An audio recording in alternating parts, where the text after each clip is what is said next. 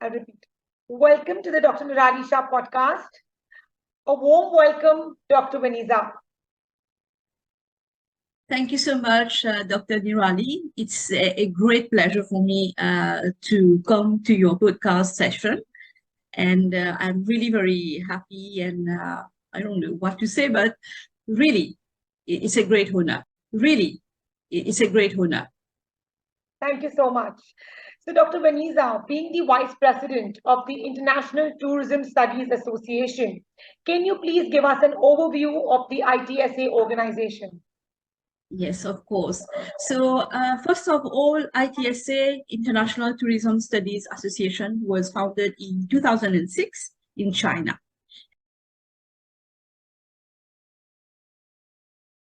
And it is 17 years old now, still an adolescent.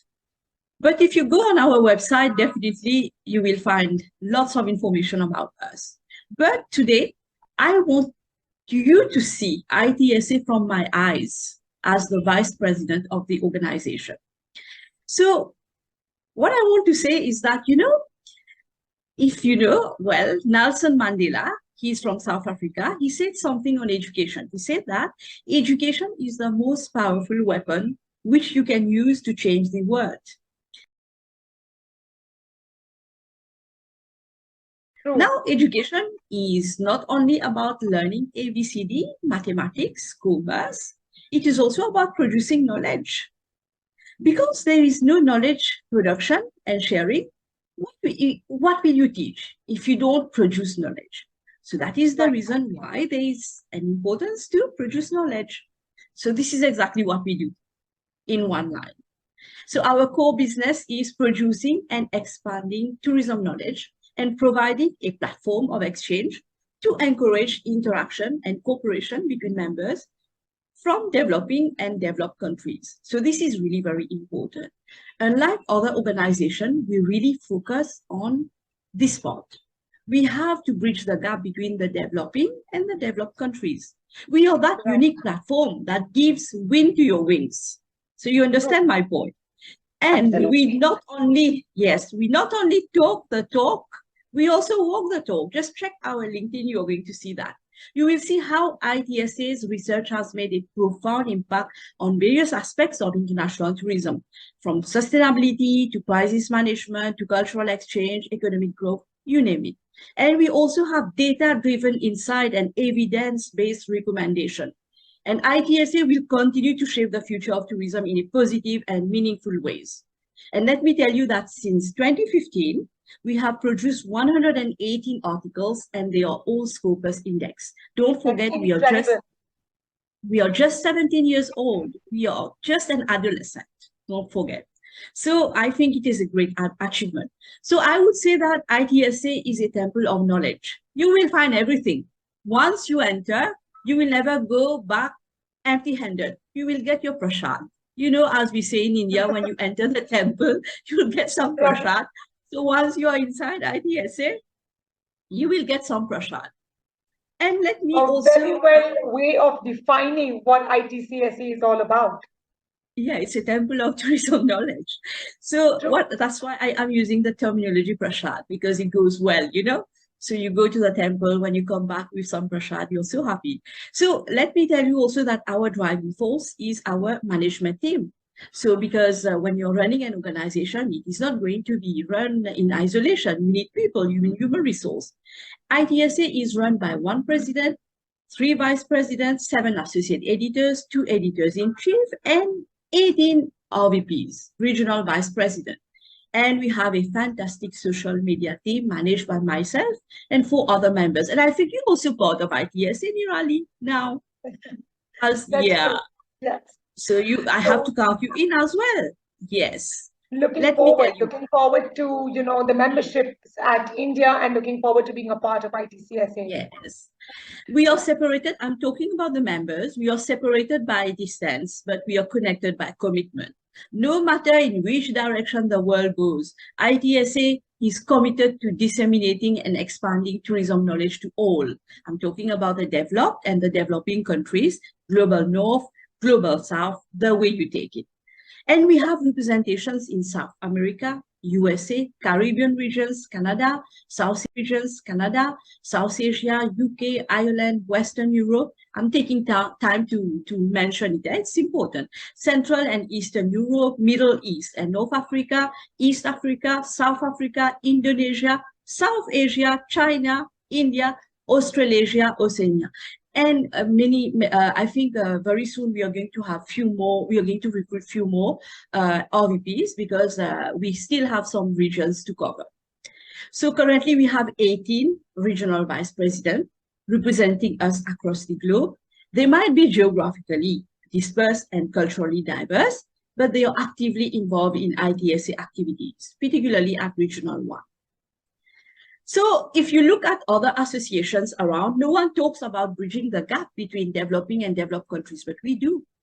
This is what we have in terms of focus. This is our special focus. So developing countries, ITSA implements various activities to achieve its objectives. It provides a platform for exchange of research ideas, sound research practices in tourism studies among scholars worldwide.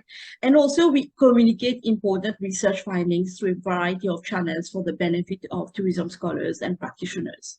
And also, as I told you earlier, IJTC is Scopus listed. This is our, how do you call that, our journal.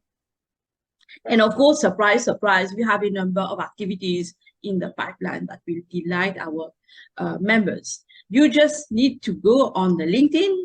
You will find us on Twitter. You'll find us on Facebook. We are omnipresent. This is a bit about ITSA. It's a global platform for tourism scholars and tourism researchers as well. Definitely. What is the mission of ITSA? Yeah. So as I told you, the mission is to bridge the gaps in tourism studies and research, education, training between developed and developing countries, especially we are talking about the global north and the global south. And of course, we have got a very interesting something. It is called an ITSA puzzle, and it was designed by Professor Alastair. He is one of the vice president, and he's also the co-editor-in-chief in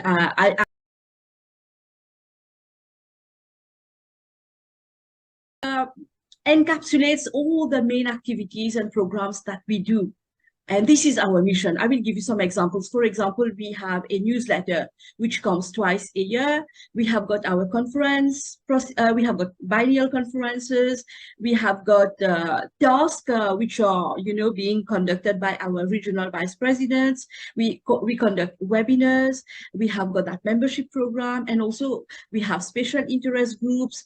We have got Philippus Trinergy program. We have got our social media who are also actively promoting, and not only really promoting, but rather sharing, because many times when we talk about social media, we have the tendency to say that, yes, social media, it's about promoting us. We don't really need to promote us. It's mostly that, we get promoted automatically, because what do we do?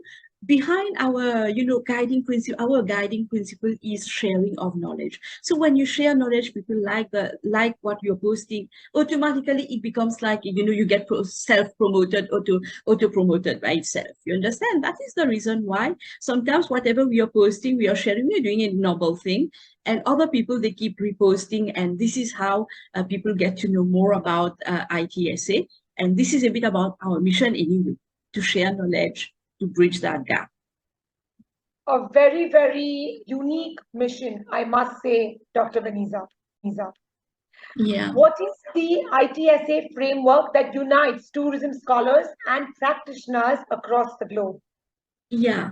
So basically, when we are talking about the ITSA framework, it is like, a kind of framework, like it's like, a line of activities and actions that we conduct, and which, weave into each other so that we are able to meet the objectives and the mission of the organization. So what we do, usually we have our RVPs working, we have got our vice presidents working on that, and all the members. What we do, we try to create like, platform against sub-platform. For example, recently we had a webinar which was conducted by Professor Alastair in the Caribbean, and our vice president, Tanisha, She was the one who was in charge, and we had so many scholars who joined.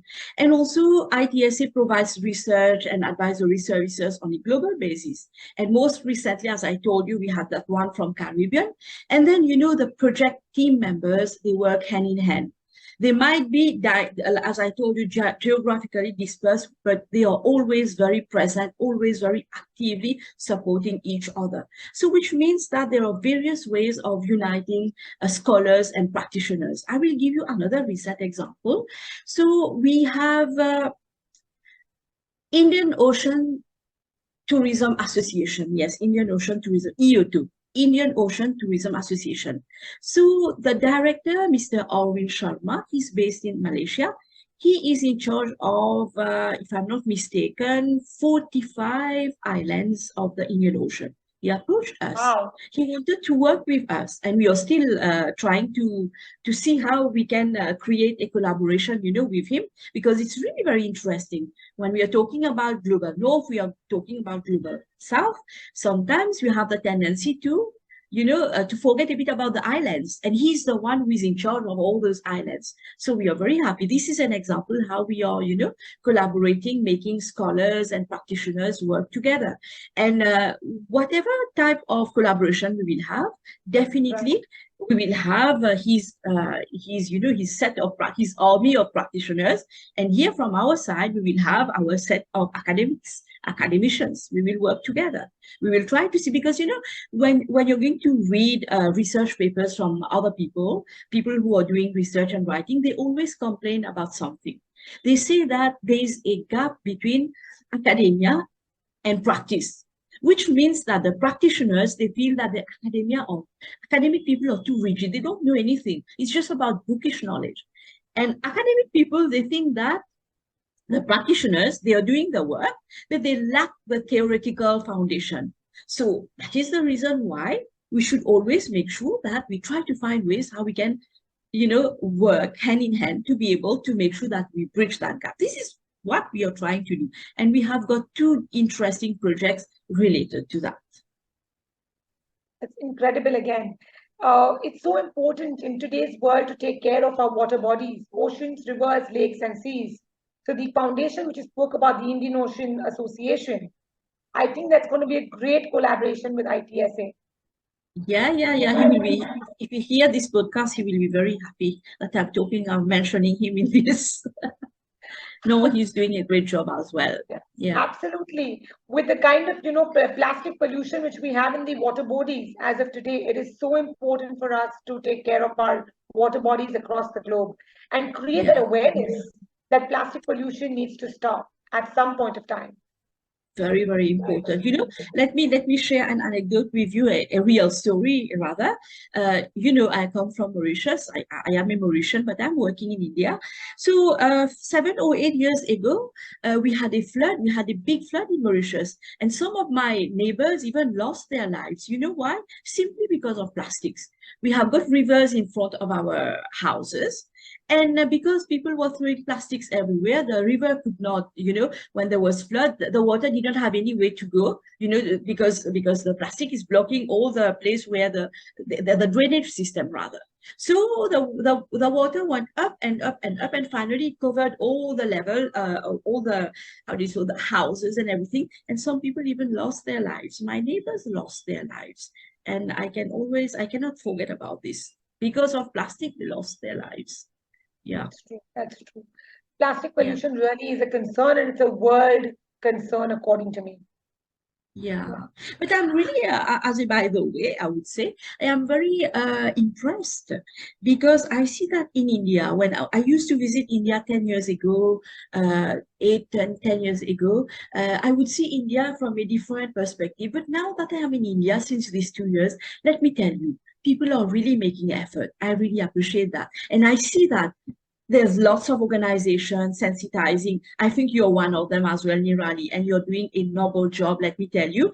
I know you since just a few weeks, but I think you're doing a great job, and you're sensitizing as well. You're doing research. You mentioned about your Dharavi project. I was really impressed. I think that we have people, if we have 10 Niraalees like you in India, wow.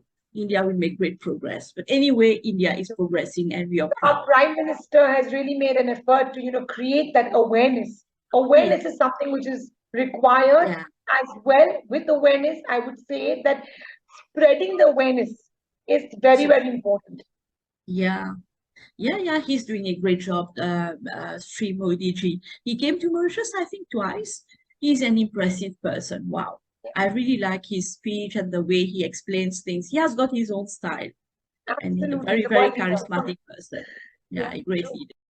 National Tourism Studies Association is launching its membership program across the globe. What kind of professionals, institutions, and corporate organizations can apply for the ITSA membership? Yeah, based on what I've just explained, so I would say that anyone, I mean, people who are doing research on tourism, hospitality, leisure, and those supplying tourism products and services. So basically, ITSA is not going to cater just, for academicians, tourism scholars. We want to really join hands with practitioners because we also want to go to practitioners and ask them, tell us, what do you want us to do for you? How can we help you? We go towards them. We want to go towards them because otherwise our objective will not be achieved.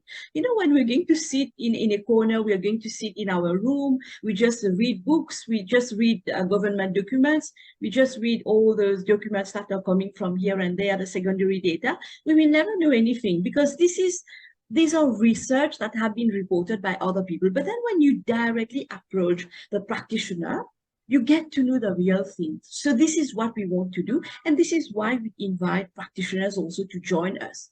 We are here for them. We really want them to be with us. In fact, because we are already a group of academicians, but also let me tell you, we do have some practitioners as practitioners, yes, practitioners and academicians at the ITSA, at the management team. For example, Professor Alastair is an example. He's a combination of both. But most of us, we are from academic backgrounds. So we are really very happy to join hands with practitioners and any other people who would be interested in tourism knowledge. Right. Can even organizations be a part of ITSA? Tourism organizations, tour Yes, operators, definitely, because they are accommodations, destinations. Yeah, because they are practitioners. So they are considered as practitioners. We are very happy. And as I told you, have you seen the richness in our management team? You name it, we will have someone who has an expertise and who would be able to provide some service or some advice. Because we have got quite a number of people across the globe, and they are diverse, and they are, how can I say, they are well established. They have got lots of experience in different fields. So definitely, we will always find someone to support anyone approaching us. Right.